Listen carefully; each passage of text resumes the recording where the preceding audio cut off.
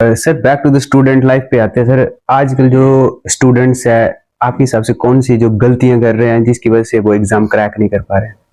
देखो, straight forward कहना बहुत मुश्किल है कि गलतियां कौन सी, क्योंकि हम सब लगभग सेम ही लाइफ जी रहे होते हैं। रील्स हम भी देख रहे होते हैं, यूट्यूब पे हम चला रहे होते हैं, लगभग सबका। पर्सनल लाइफ में पता क्या होता है, सारा खेल होता है माइंडसेट का।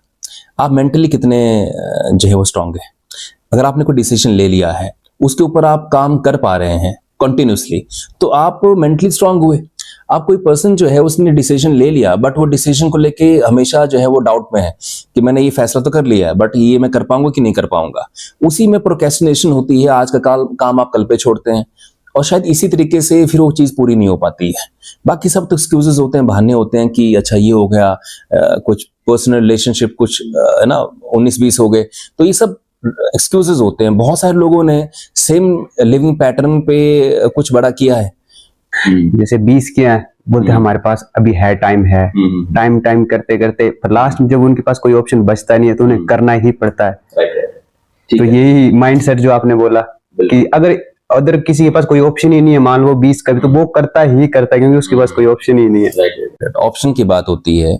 और देखो, कहते हैं necessity is the mother of invention.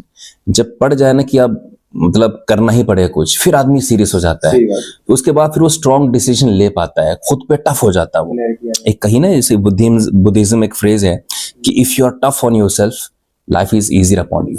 तो जब आप स्वयं के ऊपर टफ नहीं है, अपने ऊपर हार्ड डिसीजन नहीं लेते हैं, खुद को बहुत रिलैक्स नहीं रखते हैं, तो फिर कोई गवर्नमेंट जॉब के कुछ भी करना आसान थोड़ी ना है। आप रेडी भी बाहर लगाते हैं तो साल को वेट करना पड़ता है ना कस्टमर्स के लिए। तो कौन सी इतनी चीज आसान है? कुछ भी आसान नहीं है।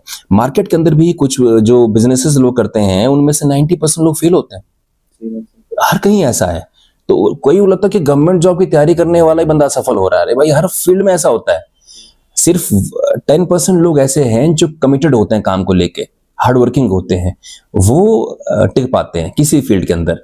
और हाँ, आप ठीक कह रहे हैं कि एक समय के बाद आदमी को फिर कॉम्प्रोमाइज करना पड़ता है। फिर जो काम हाथ में है वो करना पड़ता है, जो एग्जाम हाथ में है वो फिर क्रैक करना पड़ता है। हाँ, ये तो सही है।